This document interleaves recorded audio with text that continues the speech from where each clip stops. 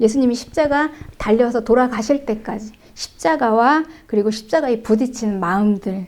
그래서 이제 그 사람들을 한번 우리가 보겠습니다. 이제 먼저 군인들이 있었어요. 십자가에. 이 군인들은요, 예수님을 그 십자가에 이제 못 박으라고 딱 넘겨주니까 채찍질을 하고요. 그리고 십자가에 이제 못 박으려고 예수님을 이렇게 딱 끌고 와서 그냥 십자가로 끌고 간 게 아니라요. 거기서 또 온갖 희롱을 다 했습니다.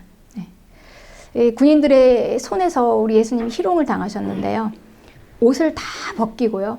거기에 그 홍포를 입혀서 그 가시면류관을 씌우고 또 오른손에는 갈대를 들려서 그 앞에서 또 무릎을 꿇고 희롱하면서 유대인의 왕이여 평안할지어다 이러면서 침도 뱉고 또 이 갈대를 빼앗아서 머리도 때리고 아주 구체적으로 다 나와 있죠. 모욕을 주었습니다. 하나님의 아들을. 이걸 보면 인간의 본성이 얼마나 악한가. 그 약자를 앞에 두고 마음대로 할 수 있다라는 그 강자인 사람들이요. 이렇게 악랄합니다. 이것이 바로 죄의 민낯입니다. 인간이 이렇게 할 수 있습니다. 그렇게 희롱을 다 한 다음에 이제 십자가를 지게 하시려고 끌고 나갔는데요. 예수님이 다 힘이 다 소진하셨어요. 힘이 다 이제 빠져서 그 십자가를 지고 골고다 언덕까지 가는 길이 사실은 좀 꽤 먼 길이었습니다. 그 길을 가는데 도저히 이제 힘이 딸려서 그걸 십자가를 지고 갈 수 없으니까 이제 그 지나가는 사람이 하나 있었어요. 시골에서 올라왔어요. 명문도 모르고 무슨 일인가, 사람들이 왜 몰려 있는가 하고 딱 본 그 사람이 아무 관계도 없는 사람이에요. 지나가다가 구레네에서 온 시몬이라는 그 남자, 그분이 이제 딱 걸린 겁니다. 그래서 그 시몬을 이제 끌고 와서 그 예수님의 십자가를 대신 이제 지고 가게 합니다. 근데 이제 마태복음 27장 32절에는 이렇게 나와 있어요. 억지로 지워서 같이 가게 하여. 그러니까 자발적인 것도 아니죠. 그죠? 누가 그걸 지겠습니까? 알아도 지고 싶지 않을 텐데, 명문도 모르는데 끌고 와서. 시몬이 얼마나, 이게 왜 하필 나야. 원해서 자발적으로 한 게 아니라요. 얼마나 안 하려고 했으면 거기에 억지로 지워서 같이 가게 했다. 그 상황에. 그러니까 끌려간 거예요. 그냥 막 투덜투덜 하기 싫은데 막 가서 갔습니다. 그러니까 어쩔 수 없이 피치 못할 이런 상황이기 때문에요. 그러니 하나님의 아들이 이렇게 정말 이 구레네 시몬, 이 사람의 도움을 받은 거예요. 하나님의 아들이요. 도움을 받았습니다. 그래서 이 십자가 지러 가는 예수님의 모습과 그리고 그 십자가를 옆에서 이제 이렇게 억지로 끌려서 지고 가는 구레네 시몬이 같이 가는 것입니다. 그리고 예수님의 그 도움을 받으셨습니다. 그럼 또 이제 이것을 보는 제자들이 있어요. 제자들. 제자들이요. 이제 이게 온 천하에 다 드러났잖아요. 지금 예수님의 이런 무능함이. 자기들의 그 리더가. 참 기가 막히죠. 이 제자들은 어떤 마음이었을까요? 그 전에는 그 5,000명 막 군중들이 막 몰려들 때 예수님께서 엄청난 기적을 막 베푸셨잖아요. 오병이어로 막 5,000명을 먹이셨습니다. 그 물고기 2마리, 떡 5개로 군중들을 다 먹이실 때 그때 옆에 있을 때 얼마나 어깨가 으쓱했겠습니까? 우리 선생님이야. 그랬겠죠. 그리고 또 안진뱅이와 이 불치병 환자들, 또 막 귀신들이 떠나가고 막 엄청난 능력이 있을 때 이 제자들이 옆에서요 오히려 막 더 목을 뻣뻣이 세우면서 아주 자랑스러워했죠. 자기들이 막 오히려 거만해서 막 애들은 가라 옆에도 못 오게 했잖아요. 그래서 예수님께 혼났습니다. 그러던 이제 그 기억들을 생각해 보면 이게 어떤 일인가. 또 그뿐이 아닙니다. 이 무덤에서 죽은 나사로를 불러낼 때는요, 그때는 정말 기가 막혔습니다. 그때. 아주 그 놀라움과 감동은요, 이 제자들이 목을 뻣뻣이 세울 수도 없게끔 막 자기들도 놀래서, 무덤에서 시체가 걸어 나오니까요. 이런 일들을 다 겪었는데, 이제 억울하게 이렇게 신문 당하실 때 어떻게 되는지를 보려고 이제 베드로가 그 옆에 있었으면서 설마 예수님이 그래도 십자가에 저렇게 무능하게 사형당할 거라고는 생각 안 했을 거예요. 어떻게든 뭐 또 살 길이 열릴 거야. 예수님이 누구신데. 그런데 저렇게 무능력하게, 무능하게 이렇게 이제 그 십자가 사형까지 이제 지금 가고 있잖아요. 그러니까 이게 이제 무슨 일인가? 이 제자들이 얼마나 혼란스러웠겠습니까? 그럼 그동안에 우리에게 보여준 그 기적이 무엇이고 그 기가 막힌 생명의 말씀들이 무엇이? 그 다 거짓이었나? 아마 이제 이거를 잘 이제 좀 이렇게 정리하기가 힘들었을 거예요. 굉장히 혼란스러웠을 것입니다. 네. 그리고 또 있었습니다. 그뿐 아닙니다. 그 옆에서 조롱하는 사람들이 있었어요. 네. 이 지나가는 자들이 이제 머리를 흔들면서 에휴, 쯧쯧. 네. 네가 만일 하나님의 아들이면 내려와서 너를 구원하라. 그게 맞죠. 하나님의 아들이라면서 저렇게 무능하게 자기도 구원하지 못하나. 또 뭐 대제사장, 뭐 거룩한 종교인들은 저가 남은 구원하더니 자기는 구원하지 못한다. 그러면서 지금 십자가에서 내려와 봐라. 그럼 우리가 믿겠다. 정말 당신이 네가 하나님의 아들이라고 하면서 그 정도의 능력도 없으면서 그럼 뭐냐, 다 거짓이다 아닙니까? 그리고 또 하나님이 기뻐하시면 분명히 그 아들이라면 도우실 텐데 저렇게 두는 것은 아마 하나님께 버림받은 그런 하나님의 그 저주를 받은 자일 거야. 이렇게 생각하지 않겠습니까? 이게 이제 보통 사람들의 생각입니다. 보편적이고 합리적인 생각이에요. 사람이 하는. 그러니까 하나님의 아들이 저렇게 무능할 수가 없다라는 거죠. 자기도 구원하지 못하는 그가 무슨 그리스도냐. 이게 이제 상식적인 생각인 것입니다. 무능함. 저 무능함은 무엇일까요? 네, 우리도 그렇게 생각합니다. 합리적이고 보편적으로 생각하면요. 무능한 예수님의 십자가. 그리고 예수님을 믿으면서 무능하다면 말이 안 된다. 그죠? 정말 무능력인가요? 이제 우리가 질문하죠. 이 시대 이 사람들 십자가 밑에서 리더는 강력하고 힘있고 능력이 있는 세상 왕이어야 합니다. 환호를 받는 영웅이어야 합니다. 그게 리더가 아니겠습니까? 그렇죠. 그 하나님의 아들인 예수님을 믿는다는 것이 무엇입니까?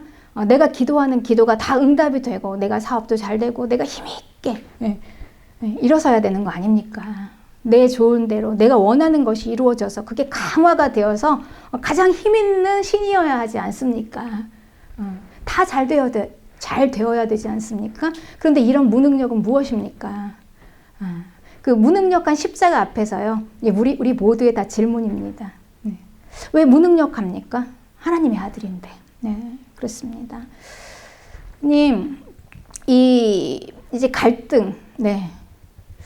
우리가 예수님 믿는다는 것이 이렇게 내가 원하는 게 강화가 될 줄 알았는데 그게 아닌 거예요.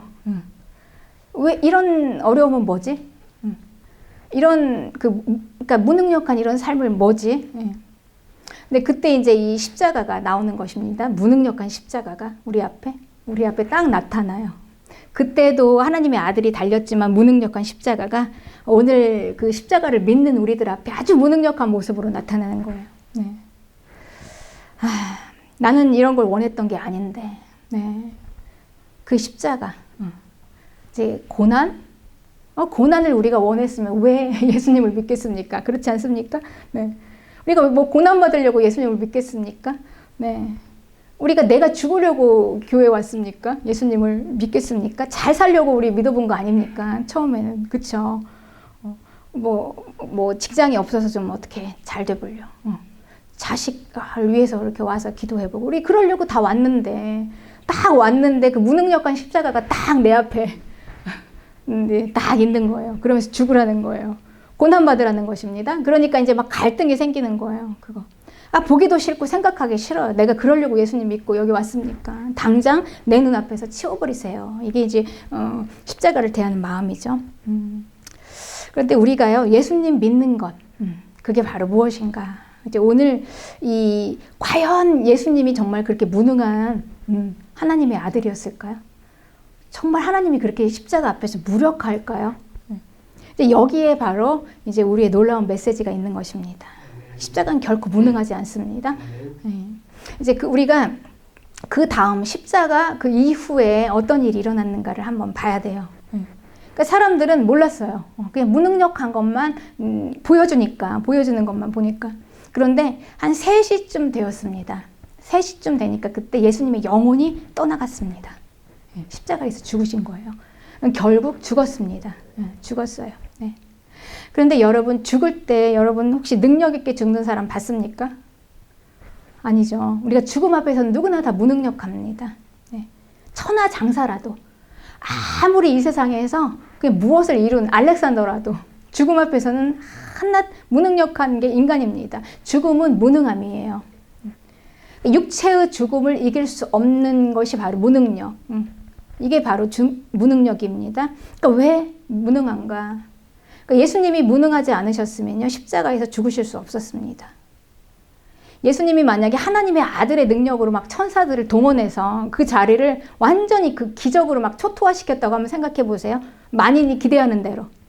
하나님의 아들이니까 이 정도는 돼야지 하나님의 아들 아니야 네가. 이거를 만족시키기 위해서 아주 멋지고 폼나게 막 그냥 천군 천사들이 막 하늘에서 날려오고 막 불이 막 떨어져서 예수님 그 괴롭혔던 사람들을 다 그 자리에서 막 즉사시키고 이렇게 됐으면 예수님은요 죽지 못하셨어요. 십자가에서. 그랬습니다. 그러니 이 십자가에서 무능하고 조롱당하고 수치 이런 것들은 예수님의 십자가의 죽음에 필요한 요소들이었던 것입니다. 그걸 거쳤기 때문에 예수님이 죽으셨던 것입니다. 왜 꼭 죽으셨어야 하나요? 죽지 않고는 안 되나요? 이제 그 베드로가 그때 예수님을 잡으러 온 그 대제사장의 종이 있었어요. 종의 그 말고의 귀를 다 그냥 칼로 그냥 내리쳐서 잘라버렸잖아요. 얼마나 기세등등, 그때까지만 해도 기세등등했죠. 우리 선생님이 누군데, 내가 뭘 봤는데, 시체도 막 걸어 나왔잖아. 근데 설마 이까지 것, 그냥 단번에 죽일 수 있어. 이런 자신감을 가지고 했는데, 그때 예수님께서 이렇게 말씀하셨어요. 너는 내가 아버지께 구하여 지금 12군단이나 더 되는 천사를 보내시게 할 수 없는 줄 아느냐? 아니라는 거죠. 능력이 있다는 거예요. 근데 만일 내가 그렇게 하면 구원을 이룰 수 없다는 거죠. 구원. 네. 그러니까 예수님은요, 이 하나님의 아들의 능력을 쓰실 수 있지만 안 쓰시고 무능하게 십자가에 돌아가신 이유. 네.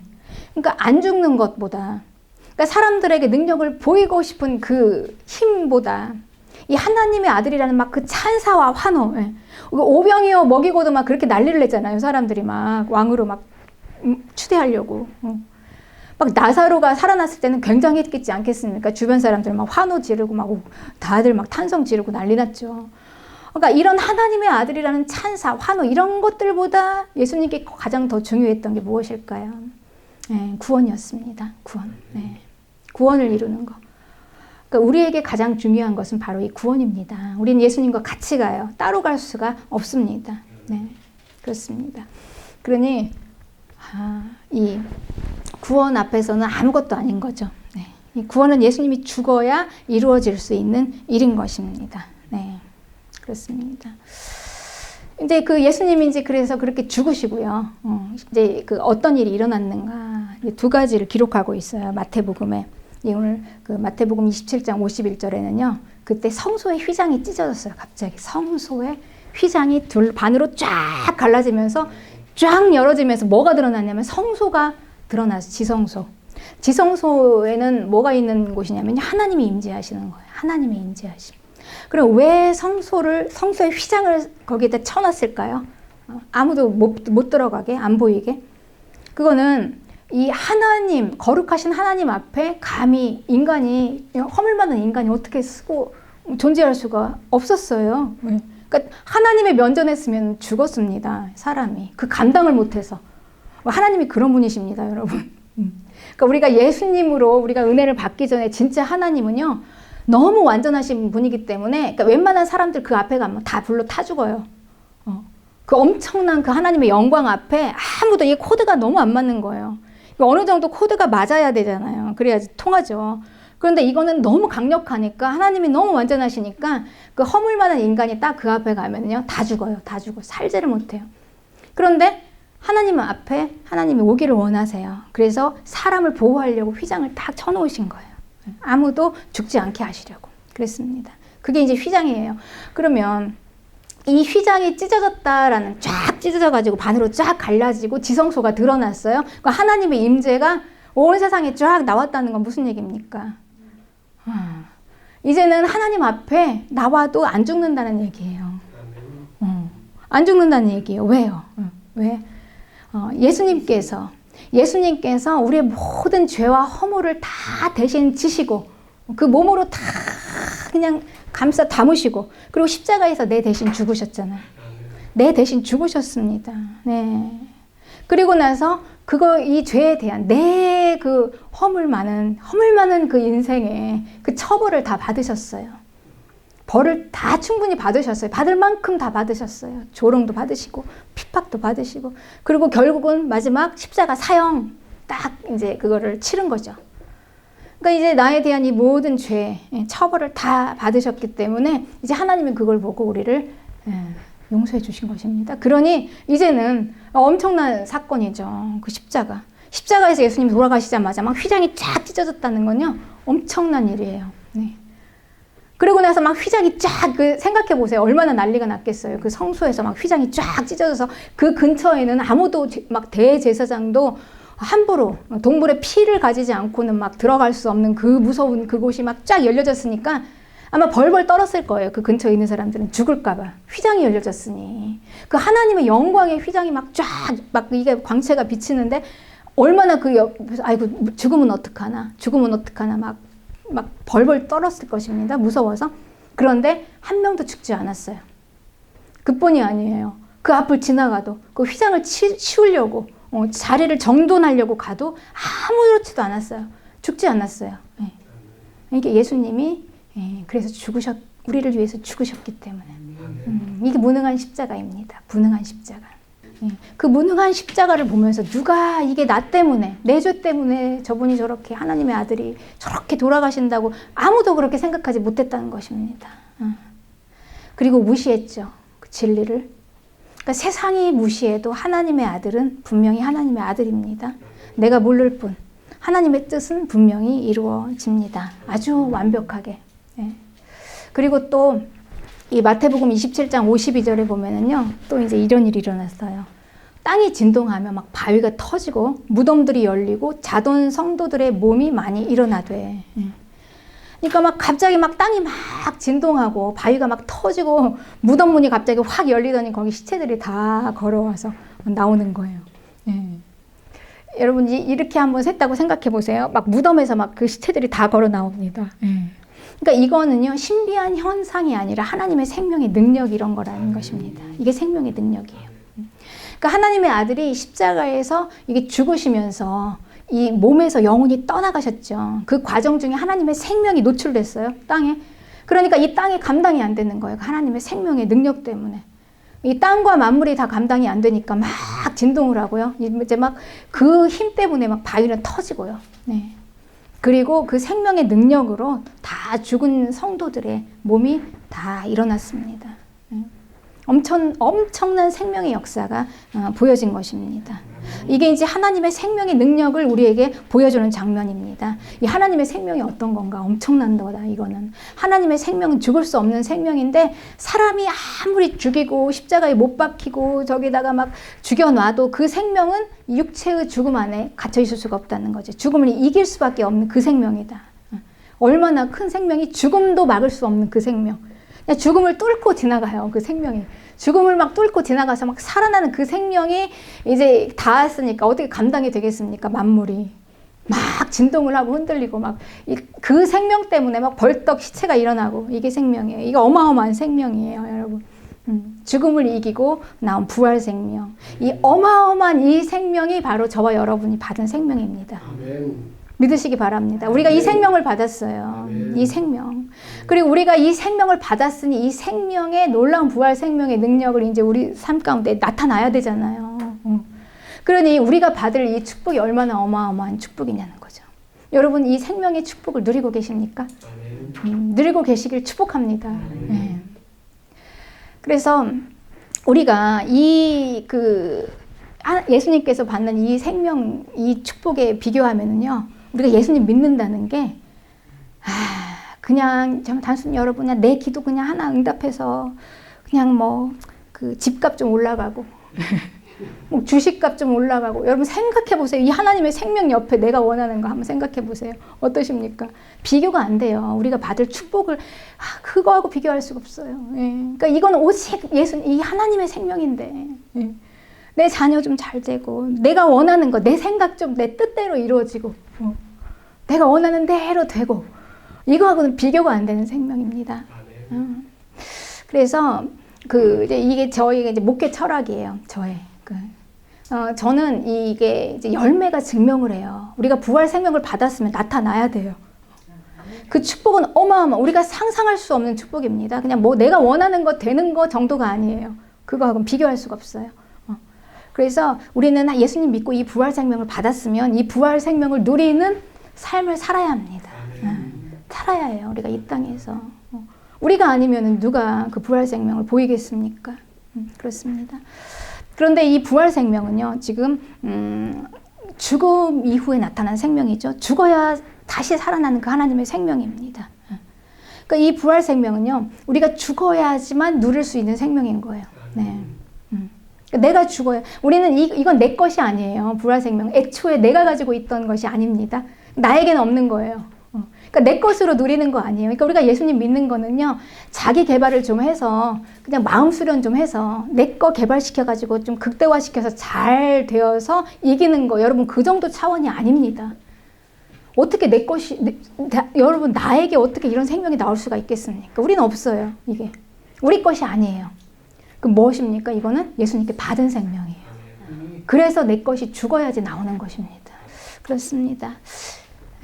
성소의 휘장이 찢어지고 성소가 열려졌습니다. 더 이상 하나님의 면전에서 아무도 죽지 않습니다. 바로 죽지 않는다고 하나님을 우리는 만만하게 여기지 맙시다. 침묵하시지만 우리의 눈속임으로 속는 분이 아니십니다. 하나님은 심은 대로 거둔다고 하셨습니다. 내 것으로 나를 위해 살 것인가, 주님의 법대로 주를 위해 살 것인가, 우리 결코 그 결과를 무시하지 맙시다. 최후의 판단받는 그 자리에서 저와 여러분 우리 모두 다 함께 기뻐하는 그런 복된 삶을 사시기를 주님의 이름으로 축복합니다.